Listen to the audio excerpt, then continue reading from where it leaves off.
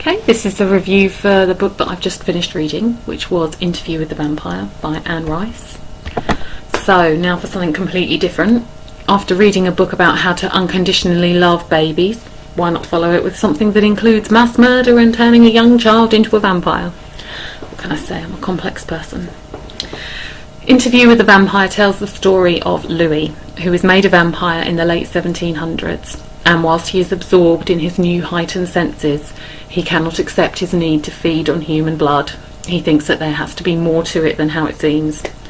Getting no answers from the vampire who made him, he travels the world in search of better understanding of what he is, and each experience gives him less and less respect for his kind, but more personal acceptance.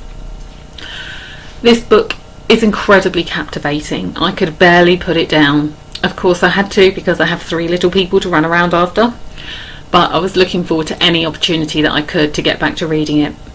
The book is a horror, which on the surface shouldn't appeal to me, but because of Rice's great writing, it never felt nasty or sordid. The horror wasn't there just to try and be shocking and gross people out. It was part of the story and it deserved to be there. I don't read a lot of fiction. I generally find it boring, so I don't feel that I can give an authentic critique of the writing style, blah blah blah. But what I do know is that I enjoyed this book immensely. I thought the characters and story were gripping, and I was enthralled from the first page to the last. Clearly it's a fiction, but it felt so real and immersive that I couldn't help but be pulled into the world completely. I saw the film of Interview with the Vampire years ago, and I was only informed recently that it was a book. Thanks, Faye. And so that's why I wanted to read it.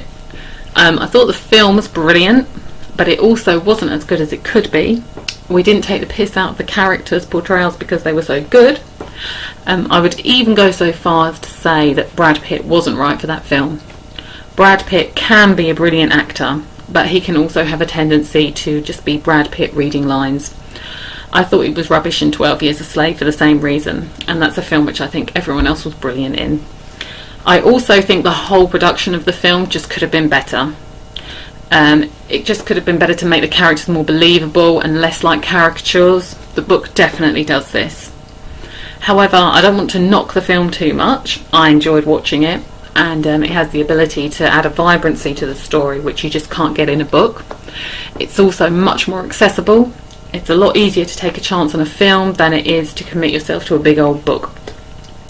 Anyway, as soon as I finished reading Interview with the Vampire, I was desperate for more. In fact, I was desperate for more before I'd even finished the book. I could see the pages that were left disappearing before me, and it was with a sense of regret that I continued reading eagerly. So I will definitely have to buy more books by Anne Rice, because I'm just missing the world that she created so much. Okay, thank you.